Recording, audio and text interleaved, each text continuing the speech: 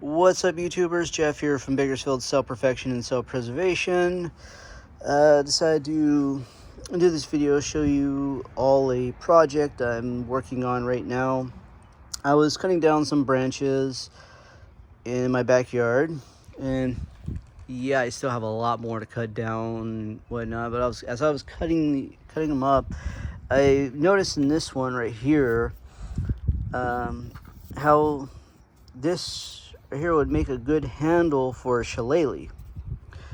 And I decided to go ahead and keep this and make like a small shillelagh out of this. When I first cut it, when I was cutting it and I noticed it, I was kind of like kicking myself in the butt. I could have just cut it a little bit longer, cut it to the length to make it into a walking shillelagh. But then I went ahead and put this aside to cut down some more, and then as I was cutting, I noticed this one right here, and I said, oh, it's almost kind of the same. The handle looks like it would make a pretty good shillelagh as well. And this time I did cut it long enough to make it into a walking stick shillelagh. Also, while I was cutting the branches, I cut these right here. I'm going to use these to make a new wooden Wing Chun dummy, and these are going to be the arms for it. But yeah, these two are going to be my shillelaghs I'm making. Now, normally shillelagh is made from blackthorn, the branch from a blackthorn tree, I believe it is. But unfortunately, we do not get blackthorn here in America, or at least to the best of my knowledge, we don't. It's normally grown out in like Ireland and some Asian countries, I believe, as well. Correct me if I'm wrong. Please let me know in the comment section. If you know about blackthorn, I'm not very knowledgeable when it comes to blackthorn. I just know that it's mostly out in like Ireland and whatnot, and I just know that the shillelaghs are normally made from a blackthorn, branches of a blackthorn. That's like the best of my knowledge, though. But yeah, this is more of like the equivalent of a full tang stainless steel sword, meaning it'll be good to use against a zombie in a zombie apocalypse, but would not be good to use in battle against someone also wielding a sword, especially if they're wielding a much better sword than what I would be wielding.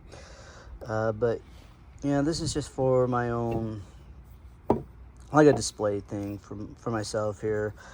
This still makes a pretty good self-defense shillelagh right here. This small one. If someone breaks in my home, hit them upside the head with it, and they're out and they're down and out. Same as this. This is going to be just like my walking shillelagh for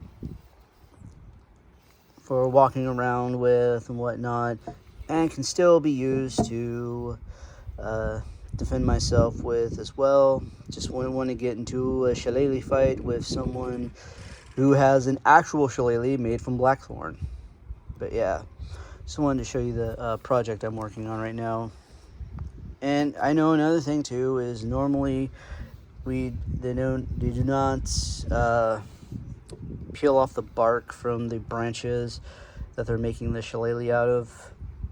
I wish I would have watched the video on that one before I started. So yeah, this is my fault entirely. I did not. They only peel off like the bark in certain areas of the shillelagh, I think, to kind of design it and whatnot. It would be around like right here. They only peel off the bark around this area and not the rest of the shillelagh here. But I'm still learning here. But I think these are going to turn out pretty nice when they're done. Maybe I'll do a second video showing you my homemade shillelaghs when they're finished. Let me know in the comment section if you want to see how they turn out. Until next time, Seafood Jeff from Bakersfield Self-Perfection and Self-Preservation, saying peace.